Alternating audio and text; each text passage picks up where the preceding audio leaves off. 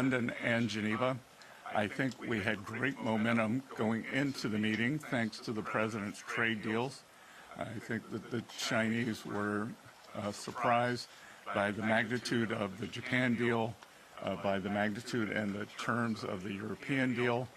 So I think that they were, they're never compliant, but I believe that they were in more of a mood for a wide-ranging discussion. The discussion centered on the two economies. We had a very in-depth report on them on the Chinese economy. We gave a very detailed report on the U.S. economy. We talked about the trade deals that we were doing with other countries. We expressed our concern about Chinese overcapacity globally and what that might mean for this year, for the next few years. We expressed our concern for their purchases of sanctioned Iranian oil, of which they buy about 90%. We also expressed our regret that we believe that they had sold Russia about $15 billion of dual-use technologies. But the overall tone of the meetings was very constructive, and I will pass it over to Ambassador Greer. Thank you. We also reiterated the premise of the President's trade program and trade policy, which is to reduce U.S. deficits, increase manufacturing, and reshore our economy. We made sure that they understood that these are the goals of what the President's trying to do. And again, we expressed our satisfaction that many of our major trading partners have come along with this. President von der Leyen on Turnberry on Sunday, when I was there, she specifically mentioned that the U.S.-EU deal is about rebalancing and trying to rectify the giant EU surplus with us. And so we've been happy to be working so constructively with many of our partners. And we had that kind of a discussion with the Chinese as well. And of course, we were here in the first purpose to confirm the implementation of what was agreed in London in terms of accelerating the flow of rare earth magnets from China to U.S. companies. And then we were able to discuss further how to make sure that the entire U.S. supply chain, including those that go through third countries, could be accelerated. Thank you. Yeah, and I would say on a personal level, we've developed great respect. Ambassador Greer knows several of their team from the first administration. And again, I think it was the level of momentum and the entire reordering that President Trump has done of the global trading system. So now here you have the two largest economies in negotiation. And as I said before, and we reiterated to them, we don't want to decouple. We just need to de-risk with certain strategic industries, whether it's the rare earths, semiconductors, medicines. And we talked about what we could do together to get into balance within the relationships. Ambassador Greer has made the fantastic point that for decades, the U.S. trading system sacrificed manufacturing to be able to sell, whether it was ag or natural resources. And now under President Trump, as you've seen with the Japan deal, with the Europe deal, we are able to do both. We are able to reshore manufacturing and also do substantial purchase agreements of U.S. ag and energy. Let's turn to the room, please. Let's start up front. Press. We had Li Changgang speaking to reporters shortly after the end of the talks today. He mentioned an extension of the pause. Can you give us some details on that, how long that's going to go on for, and how will it work? And if I could just throw in another one, what do you say to lawmakers in the United States and others who are concerned that concessions on export control on items like chips for AI will jeopardize U.S. national security interests? Well, I'll take the national security question, and then Jameson could talk about the pause. Look, we are very diligent in terms of the national security. Things go through the interagency at the White House, whether it's Treasury, it's NSC, it's Commerce, it's DOD, so that there's nothing that's being exchanged for anything. I think you might be referring to the NVIDIA H20s, which are well down their technology chip stack. And I would say, well, I should also say the only export controls we talked about today were Chinese export controls on rare earths. Just U.S. export controls were not something we discussed. With respect to a potential pause, we're going to head back to Washington, D.C., and we're going to talk to the president about whether that's something that he wants to do. It's certainly something that's been under discussion, and so we'll brief the president on the outcome of this, and we'll see if there are any. We have further technical discussions that are happening right now as we speak among the teams, and so the president can make a final call on whether that's something that he wants to do. Not on our side. Great. Next question, Jenny. Secretary Bessent, you just said again that. Secretary Bessent, you just said again that the biggest problem in the relationship with China is overcapacity, and that you want them to move towards a new consumption-based economy. What's your specific plan for addressing those economic imbalances besides purchases of U.S. goods? And then, do you want me to go to Jameson now? Sorry, Ambassador. Okay. And then, obviously, the Section 232 investigations that the president is set to unveil in the coming weeks on pharmaceuticals and semiconductors would theoretically hit China after your, as well as everyone else in the world. After your talks today, will those tariffs be imposed on the Chinese, or did you make any commitments to pause them or not target the Chinese specifically with those actions? And then what would you say is the biggest concessions that the Chinese have had to make in these talks so far? Well, I'll just repeat that China is the most imbalanced economy in modern times, and I think we are going, they're 30% of global manufacturing. They have a 2% current account surplus of global GDP, which we've never seen before, or probably not since the 1870s with the British Empire, and that's not sustainable. So the tariff levels will have quite a bit to do with that, and I think the other thing that we're seeing is that President Trump was very early on talking about the China problem. The U.S. experienced the China shock when China came into the WTO in the early 2000s, but Europe, a lot of the European business model, it was quite a business model, was predicated on cheap Russian energy, a depressed exchange rate because of the southern European countries dragging down the euro, and then selling goods into China. And now that China has jujitsu'd the model, and under the cover of COVID, rather than increasing their consumer, they upped their export capacity, and they did it quite a bit up the value chain. So, we'll see over time, but my guess is that over time, that the other economies, developed economies, will start increasing their tariff barriers, and the global South, they just can't absorb all this Chinese production. I would say also, when you ask about what tools can be used to deal with this, I mean, this is part of the reason why the president implemented his tariff program.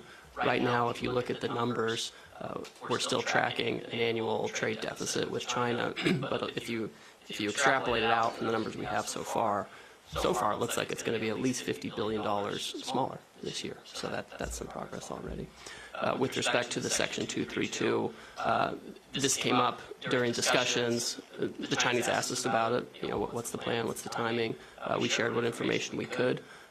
You've heard President Trump talk about this publicly, which includes discussion of having a situation where you start with a lower tariff, but then you go to a higher tariff at some point to try to bring back manufacturing of pharmaceuticals or semiconductors. These are global actions. They don't target the Chinese. They don't target any particular country. They'll be applied globally. There aren't any exceptions or exemptions for particular countries. That the Chinese have made? Well, I would say they blocked all of their rare earth magnets, and now we're getting them. Great. Next question, please, Gavin.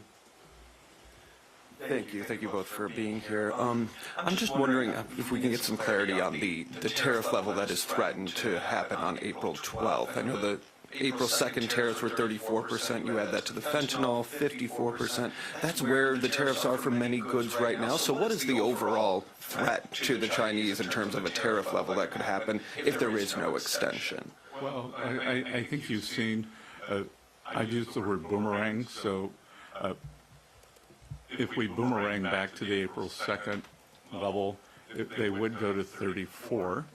I noticed, as the earlier question said, that the Chinese deputy minister did say that we had agreed on a pause.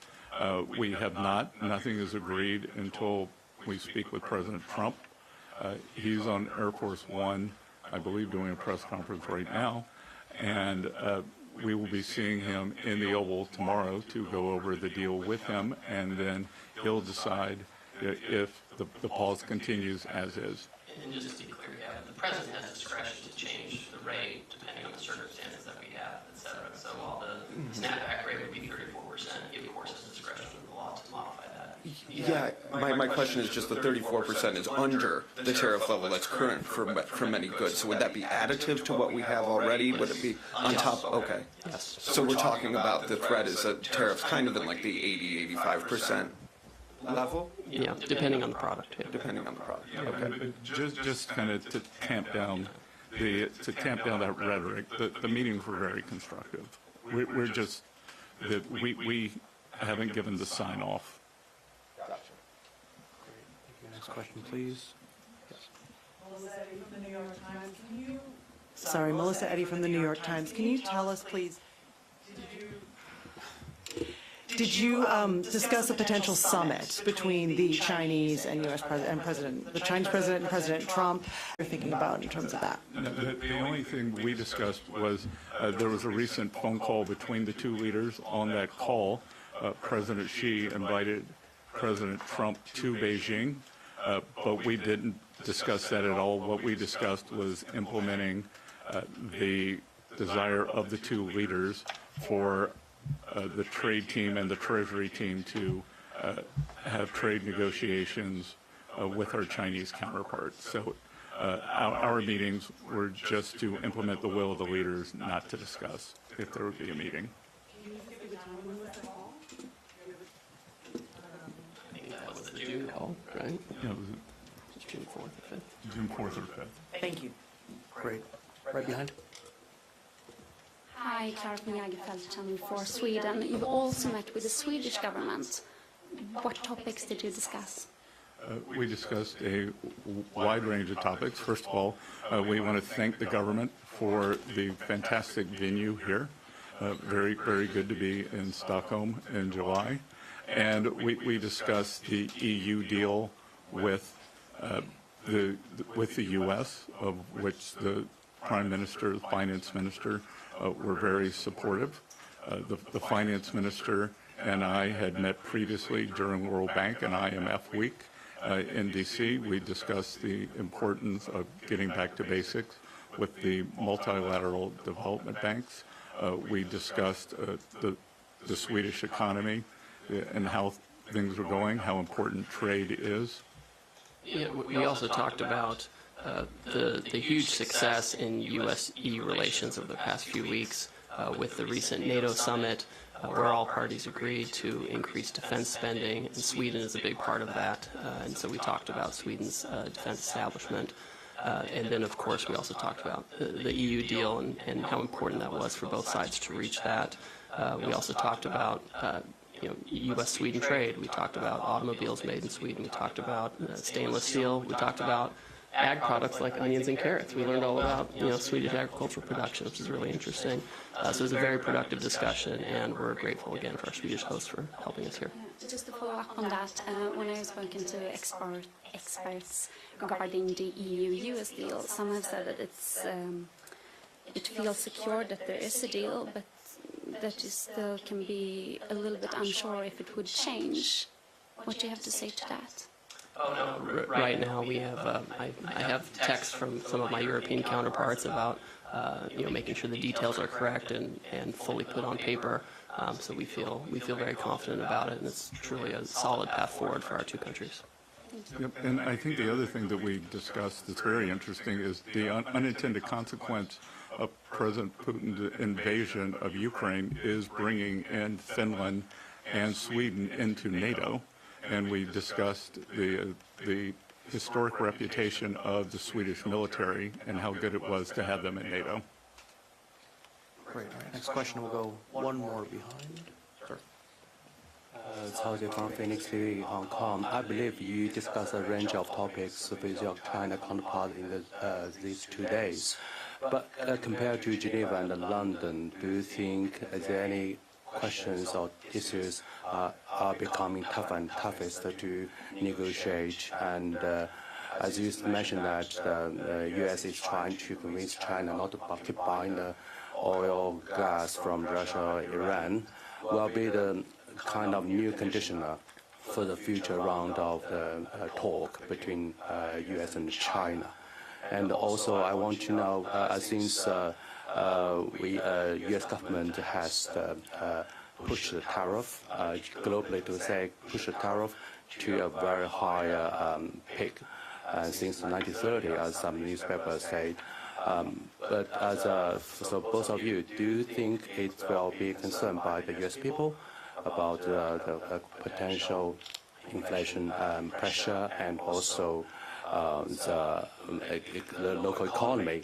Do you believe will it be more or less slow the economy for the U.S.? Well, there's a lot to unpack there, so I'll work backwards. I was a professor of economic history at Yale, and I can tell you it's my belief that as many people have a misunderstanding that the downturn in the 1930s was caused by an increase in tariffs.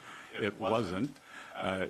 The stock market crashed in 1929. There was also a very large tax increase in the U.S. We just did the largest tax cut in history. The U.S. economy is starting to fire on all cylinders right now. We actually, in May, saw the biggest downturn in inflation in 4 years. So the U.S. economy is doing quite well. And I will tell you, rather than the talks getting more difficult, I actually think that they are getting more engaged there was a very, in Geneva, very narrow issue with the magnets. In London, the talks went to a wider aperture, and here we're able to discuss more and more things. This report that we gave each other on the economies, on the outlook. So I would say it's just the opposite. The purpose of meeting frequently is to have personal relationships, have understandings, and show respect and mutual cooperation. I think Jameson, Ambassador Greer, has been dealing with the Chinese much longer than I have. Yes, I have. No other comments, though. I'll take the next question. Let's come back up front. Dave Lauder, Reuters. Careful with the boom mic.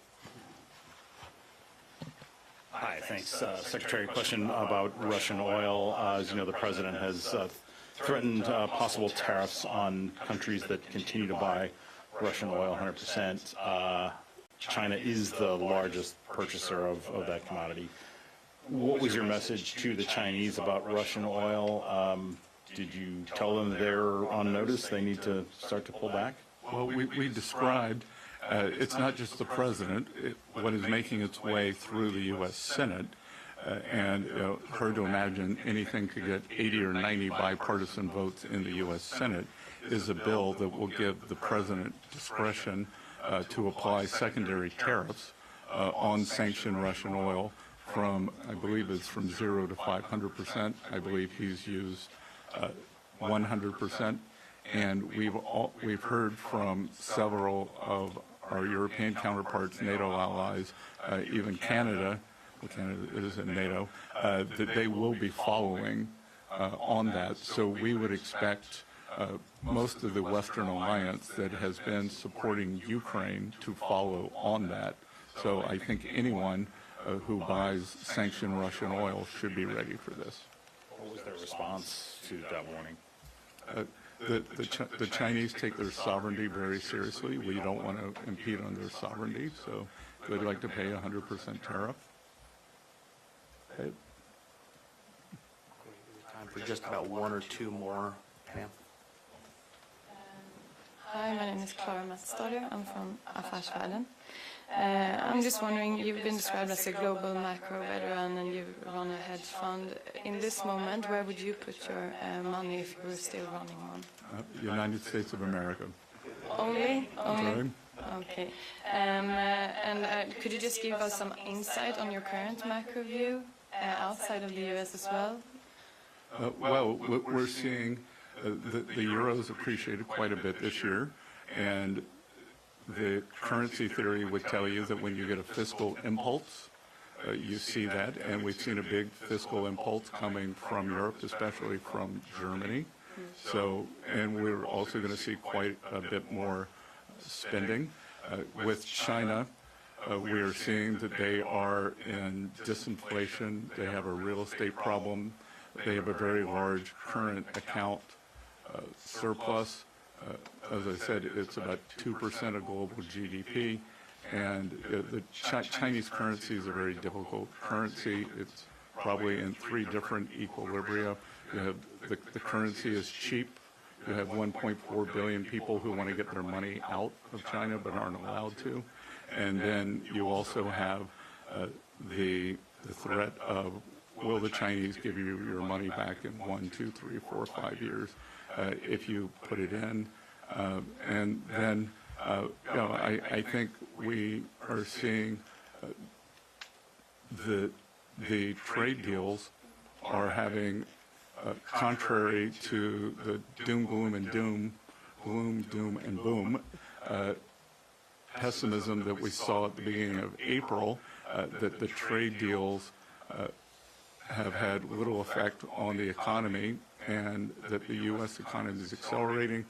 And this year, the U.S. is going to take in probably a minimum of $300 billion of tariff income, which will bring, that's 1% in terms of the GDP. So I think we could substantially bring down our deficit to GDP. And also, finally, when you come back and speak to Donald Trump about this tariff pause, how prolonged will it be?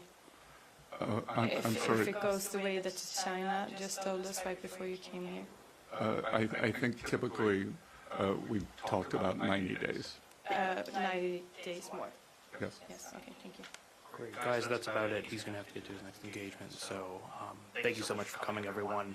And if you have any additional questions, please direct them to U.S. Embassy Stockholm, where they can put you in touch with us at the Treasury or U.S. Trade Representative. Thanks a lot. Have a great day.